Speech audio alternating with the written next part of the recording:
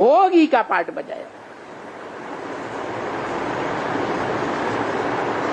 जो भोगी होते हैं वो इंद्रियों का भोग भोगे बगैर रहते नहीं। कोई तीव्र गति से भोगते हैं और कोई धीमी गति से भोगते हैं। तो पहले क्षीण कौन होगा? जो तीव्र गति से भोगता है, अपनी इंद्रियों को कंट्रोल में नहीं रख पाता है, वो क्षरित हो जाएगा, जल्दी पतित बन जाता है। और उनमें धर्म पिताएं या उनके फॉलोअर्स प्रवेश करते रहते। लेकिन उनके मुकाबले कोई एक आत्मा ऐसी भी है जो संगम युग में सत्य की शक्ति को 100% धारण करने वाली है, मन बुद्धि रूपी आत्मा में।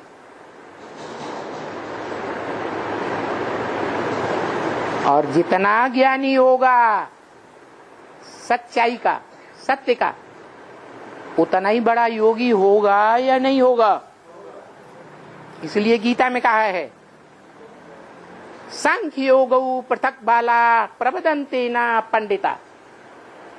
जो पंडित होते हैं, विद्वान जन होते हैं, वो सांख्य माने ज्ञान और योग, इन दोनों में फर्क नहीं समझते। दोनों में फर्क है ही नहीं। जो ज्ञानी होगा वो ही बाप को पहचानेगा गहराई तक। ज्ञानी कम होगा तो बाप को गहराई तक नहीं जानेगा, और बाप को जानेगा नहीं तो पूरी गहराई से याद कर सकेगा? नहीं याद कर सकेगा। तो ज्ञान है पहला सब्जेक्ट। जितना ज्ञानी उतना बड़ा योगी। इसलिए बताया, शास्त्रों में भी लिखा है, सांख्य जिसे ज्ञान कहा जाता है, सह आख्या। सह माने साथ, आख्या माने व्याख्या। ज्ञान के एक एक पॉइंट को, ज्ञान के एक एक शब्द, एक एक वाक्य को विस्तार पूर्वक जो व्याख्या कर सके और दूसरों को व्याख्या समझा सके गहराई तक, वो ही पक्का ज्ञानी है। और उस पक्के ज्ञानी का नाम शास्त्रों में कपिल मुनि रखा गया है। सांख्य शास्त्र का प्रणेता बड़े से बड़ा कौन गाया हुआ है? कपिल मुनि। जिस कपिल मुनि के नाम से काम्पिल्य नगरी आज तक भी प्रसिद्ध है, प्रैक्टिकल में देखी जा सकती है। तो वो कपिल मुनि व्याख्याकार हुआ। माने सत्य जो बाप है, सत्यम शिवम सुंदरम है, उस सत्य बाप की पूरी बायोग्राफी को जानने वाला कौन है? कपिल मुनि। और सत्य बाप क्या है? ज्ञान का अखूट भंडार। जो ज्ञान का अखूट भंडार वेद माने गए हैं, और उन वेदों का मूल शास्त्र श्रीमद् भगवत गीता मानी गई है। वो भगवत गीता का रचयिता है। रचयिता साकार होता है या निराकार? साकार होता है। भगवत गीता अपने में संपन्न नहीं है, क्योंकि गीता ज्ञान से देवताएं अमर नहीं बने। मुरली में भी बोला। अभी गीता ज्ञान कहेंगे, जब ब्रह्मा बाबा जीवित थे तब ही बोला। अभी गीता ज्ञान तो कहेंगे, लेकिन गीता ज्ञान अमृत नहीं कहेंगे। क्यों? क्योंकि अमृत तो सागर मंथन से निकलता है। ज्ञान सागर का जितना मन में मंथन करेंगे उतना उसका सार निकलेगा। तो वो ज्ञान सागर स्वयं कहते हैं ब्रह्मा मुख से, दादा लेखराज के मुख से, कि अभी गीता ज्ञान तो है, परंतु गीता ज्ञान अमृत नहीं है। तो अमृत बनेगा या नहीं बनेगा? ब्रह्मा बाबा जब तक जीवित रहे तब तक गीता ज्ञान क्यों रहा, ज्ञान अमृत क्यों नहीं रहा? हाँ, जो बच्चा बुद्धि होता है उस बच्चे की पालना माँ करती है या बाप करता है? माँ करती है। दादा लेखराज ब्रह्मा की भी कोई माँ थी या नहीं? मुरली में पूछते भी हैं, ब्रह्मा का बाप कौन? जब पूछते हैं तो कोई होगा या नहीं है? तो ब्रह्मा का बाप और ब्रह्मा की माँ कौन हुई? परम ब्रह्म ब्रह्मा की माँ है, और परम पिता जिसका कोई पिता नहीं, वो क्या हुआ? बाप। तो जो ब्रह्मा के मुख से गीता ज्ञान निकला, उस गीता ज्ञान को व्याख्या करने वाला माँ के रूप में या पुरुष के रूप में कोई टीचर होता है? टीचर है, क्योंकि मुरली में ही बोला है, तुम्हारा बाप, तुम्हारा टीचर, तुम्हारा सदगुरु एक ही है। या अलग अलग हैं? एक ही है। आदि में भी था, जो ज्ञान का बीज बोने वाला था मनुष्य सृष्टि में,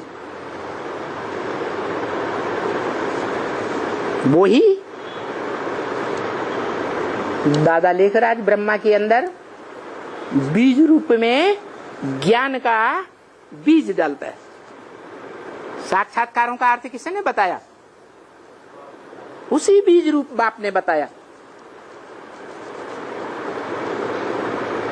माँ में ज्ञान का विस्तार नहीं होता, ज्ञान की गहराइयों को नहीं बता सकती। ज्ञान की गहराइयों को समझने के लिए बच्चों को बड़े स्कूल में भेजा जाता है, एडवांस में उसे क्या कहते हैं? एडवांस ज्ञान, ऊंचा ज्ञान। कैसा ऊंचा ज्ञान? जो आत्मा के 84 जन्मों की भी नॉलेज करा दे।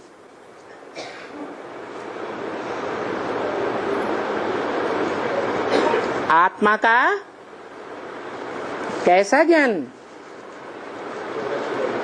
है? आत्मा रूपी रिकॉर्ड में जो भी 84 जन्म या कम जन्मों का ज्ञान भरा हुआ है, वो सारा आत्मा रूपी पार्टधारी को मालूम होना चाहिए या नहीं मालूम होना चाहिए? है? मालूम होना चाहिए। अगर नहीं मालूम है तो आत्मा बेवकूफ पार्टधारी या बुद्धिमान बाप का बुद्धिमान बच्चा है? बेवकूफ पार्टधारी। तो जरूर जन्म मरण के चक्र में आने वाली आत्माओं में कोई एक आत्मा है। आत्मा आत्मा भाई भाइयों के बीच में बड़ा भाई, जिसको शिव बाप अपना सारा खूट ज्ञान का भंडार सौंप देते हैं। वो दुनिया की सबसे बड़ी शक्ति है या नंबरवार शक्ति है? नंबरवार शक्ति है। अगर नंबरवार होती तो गीता में क्यों कहा जाता नहीं ज्ञान सदृशम पवित्रम ही विद्यते? इस दुनिया में ज्ञान के समान पवित्र कोई चीज नहीं है। ये बात गीता में नहीं आई होती। क्या सबसे जास्ती पवित्र चीज क्या है? ज्ञान है।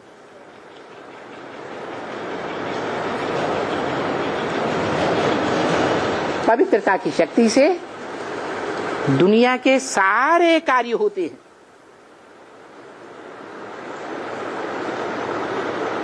बड़े ते बड़े कार्य, वो अच्छे ते अच्छे हों और बुरे ते बुरे कार्य हों। बुरे से बुरे कार्य भी प्योरिटी की पावर से और अच्छे ते अच्छे कार्य भी प्योरिटी की पावर से। जालंधर राक्षस था, बुरे काम करने वाला था या अच्छे कार्य करने वाला था? वो जालंधर को युद्ध में, जिसे ईश्वर कहा जाता है, वो ईश्वर और ईश्वर का परिवार का कोई भांति उसे नहीं हरा सका युद्ध में।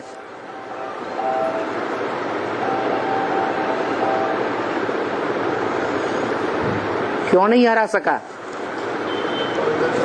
है क्योंकि उसकी शक्ति को अक्षुण्ण रखने वाली जो घर की धरित्री थी वृंदा, उसमें पवित्रता की पावर थी। उसकी मनोबुद्धि में पति जालंधर के सिवाय और किसी के लिए रंच मात्र भी प्रेम नहीं था।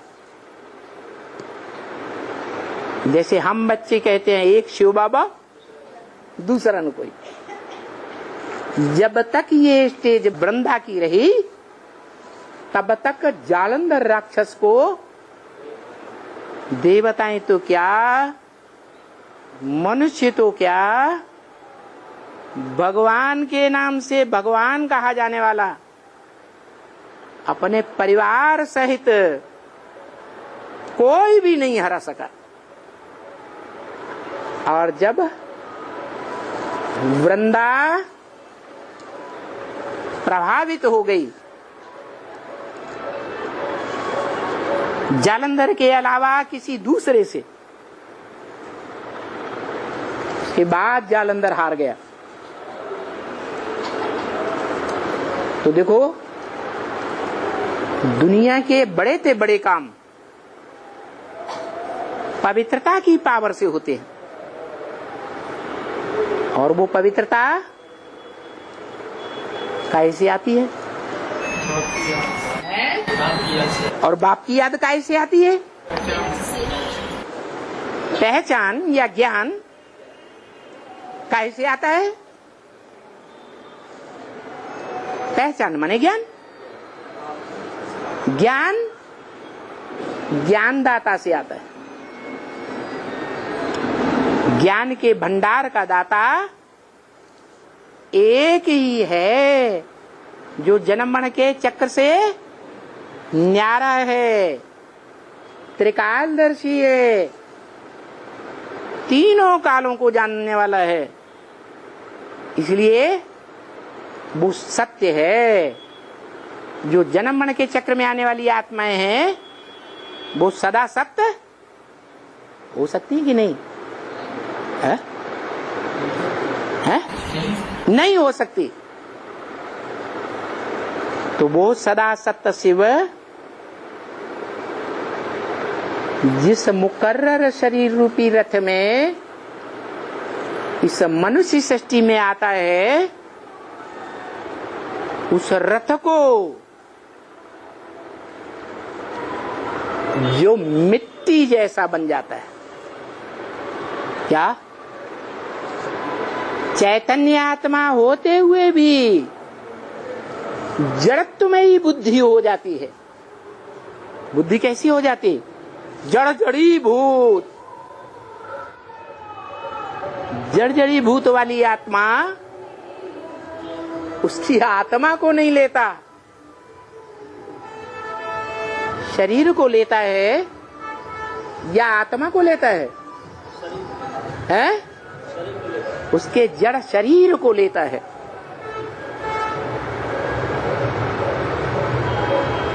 लेने वाला कौन है? लेने वाला परम पुरुष। पुरु माने शरीर, श माने शयन करने वाला, जो शरीर रूपी पुरी में आराम से शयन करता है। संगम युग में जिस शरीर में प्रवेश करता है उसमें उसको कभी भी बेआरामी होती है? नहीं होती है। ऐसी आत्मा है, उसको कहते हैं पुरुष। शरीर रूपी पुरी में आराम से शयन करने वाली, लेकिन साधारण आत्मा नहीं, परम पुरुष। कैसी आत्मा? पुरुषों में परे ते परे रहने वाली आत्मा। तो परे ते परे रहने वाली आत्मा को इस सृष्टि में आकर के अव्वल नंबर धर्म की स्थापना करने के लिए पुरुषों के बीच, मनुष्य आत्माओं के बीच परम पार्टधारी आत्मा चाहिए या कमजोर आत्मा चाहिए? परम पार्टधारी आत्मा चाहिए। वो है 500-700 करोड़ मनुष्यों का पिता, जिसे एडम आदिनाथ, हिंदुओं में आदिदेव कहा जाता है और सब धर्मों में मान्यता प्राप्त है। सब धर्म पिताएं और उनके फॉलोअर्स उस आदम को मानते हैं, जानते नहीं। वो आदम वाली आत्मा को वो जानता है या नहीं जानता? त्रिकालदर्शी है तो जरूर जानता। उसके 84 जन्मों में बजाए गए पार्ट को भी जानता है कि वो पार्ट उसकी मत के अनुकूल, जो श्रीमत संगम में आकर के उसने दी थी, उस मत के अनुकूल है या प्रतिकूल पार्ट बजाता है? अनुकूल पार्ट बजाता है। ऐसी आत्मा को चुनता है और उसकी आत्मा को कंट्रोल नहीं करता। स्वतंत्र रहो, स्वतंत्र रहने दो, उसके शरीर को कंट्रोल करता। रथ की लगाम हाथ में लेता है। इसीलिए गीता में कहा है अर्जुन से, अर्जुन इदं शरीरम कौन्तेय क्षेत्रम मित्यभिधीयते। ये तेरा जो शरीर है, ये इस दुनिया में बड़े से बड़ा धर्म क्षेत्र है। क्या? धर्म युद्ध का क्षेत्र है, बड़े से बड़े कर्म युद्ध का क्षेत्र है। ये अविनाशी रुद्र ज्ञान यज्ञ कुंड है। क्या है? अविनाशी रुद्र ज्ञान यज्ञ कुंड है। इस यज्ञ कुंड में सारी दुनिया स्वाहा होनी। ये अविनाशी यज्ञ कुंड है, यह विनाशी है। अविनाशी यज्ञ कुंड है, इसका नाम रुद्र ज्ञान यज्ञ। क्या है? रुद्र ज्ञान यज्ञ। शिव ज्ञान यज्ञ नहीं, ब्रह्मा ज्ञान यज्ञ नहीं, विष्णु ज्ञान यज्ञ नहीं, 33 करोड़ देवताओं में से कोई का ज्ञान यज्ञ नहीं। क्या नाम दिया? रुद्र ज्ञान यज्ञ। रुद्र माने जो रौद्र अर्थात भयंकर रूप धारण करे। तो महाविनाश काल में, महामृत्यु के समय, जब सृष्टि में प्राणी मात्र की महामृत्यु का टाइम आता है, तब वो रौद्र रूप धारण करता है, महाकाल बन जाता है। कालों का काल कहा जाता है। कालों का काल, महाकाल, जिसको कोई काल खा नहीं सकता। वो सारी दुनिया के प्राणी मात्र को खा जाएगा, लेकिन उसको कोई खाने वाला नहीं है। उसका ही रूप मनुष्य षष्ठी रूपी झाड़ के ऊपर बैठा हुआ दिखाया गया, जो सभी मनुष्य आत्माओं को आकर्षित कर रहा है। क्या? आकर्षित कर रहा है। सभी बिंदु बिंदु आत्माएं उसकी तरफ खींची चली जा रही। इसलिए वो आकर्षण करने वाला केंद्र बिंदु, उसका नाम रखा गया है कृष्ण। सतयुगी कृष्ण है या संगम युगी कृष्ण? संगम युगी कृष्ण सभी आत्माओं को आकर्षित करता है। मुरली में भी बोला है, क्या मैं तुम बच्चों को नैनों पर बिठा कर ले जाऊंगा? क्या? नैनों पर बिठा के ले जाऊंगा देह को? है? हाँ, तुम आत्मा रूपी जो बच्चे बनते हो, वो बच्चे नहीं जो देहभान को छोड़ करके आत्मा बन ही नहीं पाते। कुछ न कुछ देहभान रह जाता है, उनकी बात छोड़ दो। तुम बच्चों को नैनों पर बिठा कर ले जाऊंगा। क्या मतलब हुआ? नाक पर बिठा के ले जाऊंगा, कान पर बिठा के ले जाऊंगा, ऐसे क्यों नहीं कहा? नैनों पर बिठा के ले जाऊंगा, इसका क्या मतलब है? तुम आत्माओं को जो आत्मिक स्थिति में स्थित होने का प्रयास करते हो, पुरुषार्थ करते हो, लेकिन देहभान के कारण, देह के बंधन में होने के कारण, 2500 वर्ष से विकारों के बंधन में होने के कारण तुम स्वयं नहीं मेरे पास तक आ पाते हो, तो मैं तुम्हें नैनों पर बिठा के ले जाऊंगा। माने नैनों पर बिठा के ले जाऊंगा का क्या मतलब है?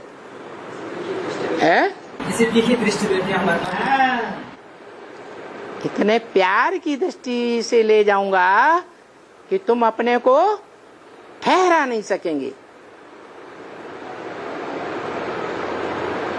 कहाँ ले जाऊंगा?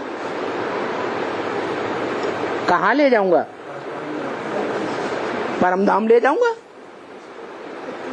माने जो कहने वाला है मन मना भव,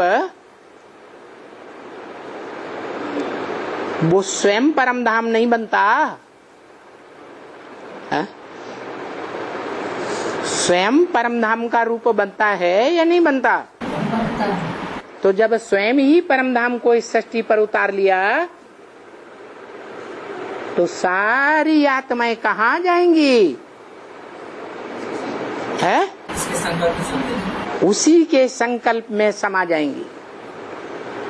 मत मना भव, मेरे मन में समा जा। अरे तेरे मन में क्या है? एक शिव बाबा, दूसरा न कोई, एक ज्योति बिंदु आत्मा। तो सभी आत्माएं इस ईश्वरीय ज्ञान की गहराई को समझेंगी, इस गहराई की इंतहा में जाएंगी और सार को पकड़ लेंगी। क्या? मैं आत्मा प्रैक्टिकल में ज्योति बिंदु हूं, मैं देह नहीं हूं, 5 तत्वों का विनाशी पुतला नहीं हूं,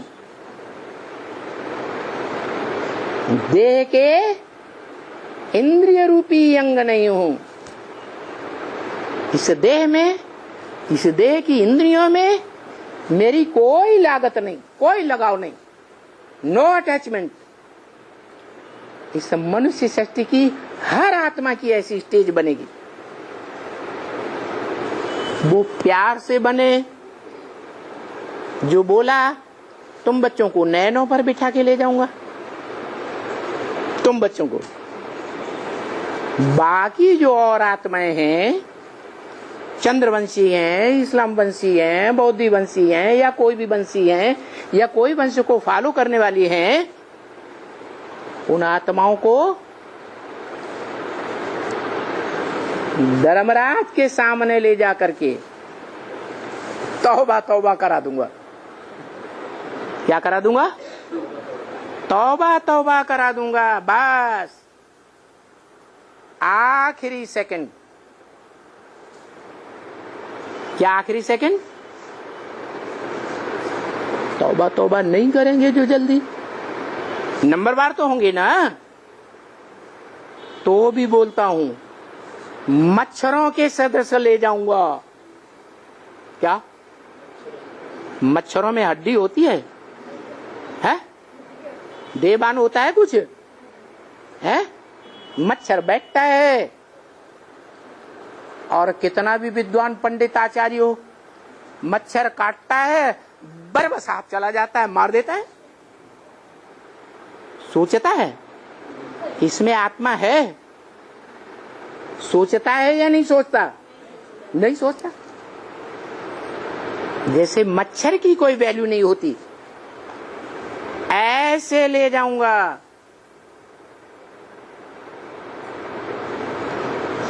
लेकिन ले जरूर जाऊंगा, देहभान को छुड़ा के ले जाऊंगा।